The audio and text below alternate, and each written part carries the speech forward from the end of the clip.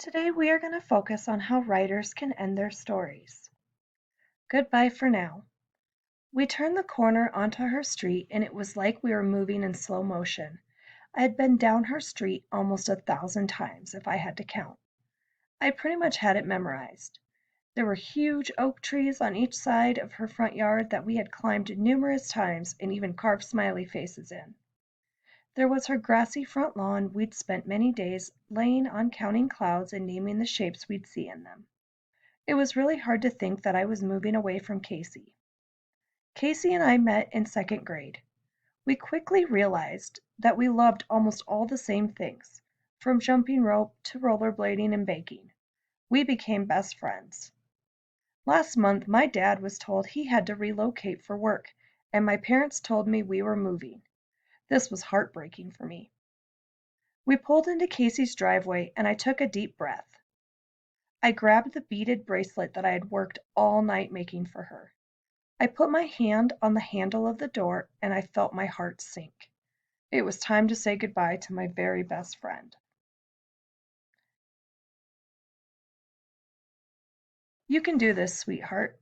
Casey's mom and I already said that we were going to make sure we get you girls together once we get settled. Just remember, this isn't goodbye. This is goodbye for now, my mom reassured me. Casey came running out her house and down the driveway. Her arms were open and she was wearing a big smile. "Look what I made for you," she said excitedly. She held out a bracelet made with all kinds of bright-colored yarn. "Casey was up late last night making that for you," added Casey's mom. I held out the beaded bracelet I made for her, and we both giggled. "Great minds think alike, huh?" "I'm really going to miss you, Casey," I said as my eyes filled with tears. "Yeah, me too. Don't worry, we're going to see each other really soon," Casey promised. "Well, give me a hug." "This isn't goodbye. It's goodbye for now," I said, repeating my mother's words. I walked down the driveway and got into my car, tears still filling my eyes. However, there was a bit of happiness in my heart because I felt confident that I would see Casey again soon. Now it was time for an adventure. How did the author end their story? Did she just write the end?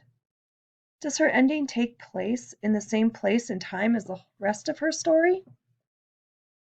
I want you to go back to your story and I want you to look at the different kinds of endings that we talked about the other day and think about which one really makes sense with your story. What kind of ending